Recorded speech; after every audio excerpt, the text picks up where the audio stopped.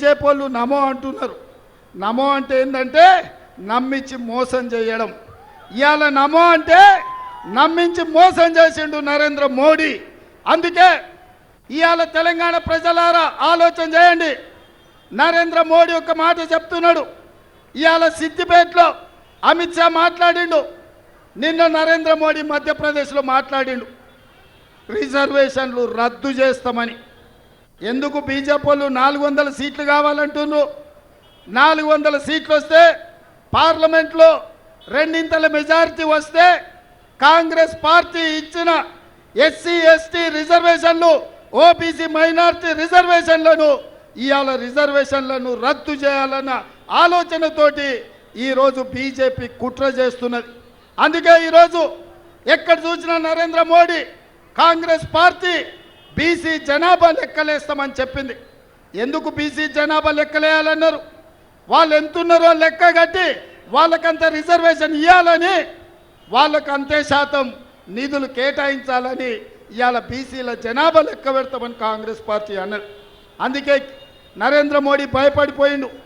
బీసీలకు నిధులు వచ్చి బీసీలకు రిజర్వేషన్లు వస్తే వాళ్ళ ఆర్ఎస్ఎస్ విధానానికి దెబ్బ తగులుతుందని.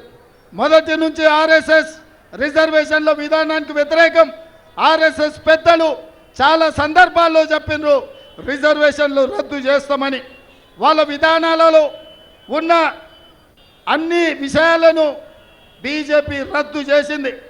370 ఆర్టికల్ కావచ్చు, ట్రిపుల్ తలాక్ కావచ్చు, యూనిఫామ్ సివిల్ కోడ్ కావచ్చు, సిటిజన్ అమెండ్మెంట్ యాక్ట్ కావచ్చు, రైతు వ్యతిరేక నల్ల చట్టాలు కావచ్చు, జిఎస్టి బిల్లు కావచ్చు, నోట్ల రద్దు కావచ్చు, ఇవన్నీ బీజేపీ ఆర్ఎస్ఎస్ ఎజెండాలో ఉన్న విషయాలను అమలు చేసింది. ఇక మిగిలింది ఒకే ఒక్కటి, ఈ దేశంలో రిజర్వేషన్లు రద్దు చేయడం. ఇవాళ కాంగ్రెస్ పార్టీ డాక్టర్ బాబాసాహెబ్ అంబేద్కర్ రాజ్యాంగంలో ఎస్సీ ఎస్టీలకు రిజర్వేషన్ల హక్కు కల్పించి కోట్లాది ఉద్యోగాలు ఇచ్చి రైల్వేలు, ఎల్ఐసీలు, బిహెచ్ఏలు, బిఏలు, బీడీఏలు, ఎన్ఎఫ్సి, ఈసీఐ, ఐడిపిఎల్ లాంటి పరిశ్రమలు తెచ్చి అంతర్జాతీయ ఎయిర్పోర్ట్లు కట్టి ఎస్సీ ఎస్టీ ఓబీసీలకు రిజర్వేషన్లు ఇచ్చి కోట్లాది ఉద్యోగాలు ఇచ్చారు. వాళ్ళ జీవితాలలో వెలుగులు నింపారు.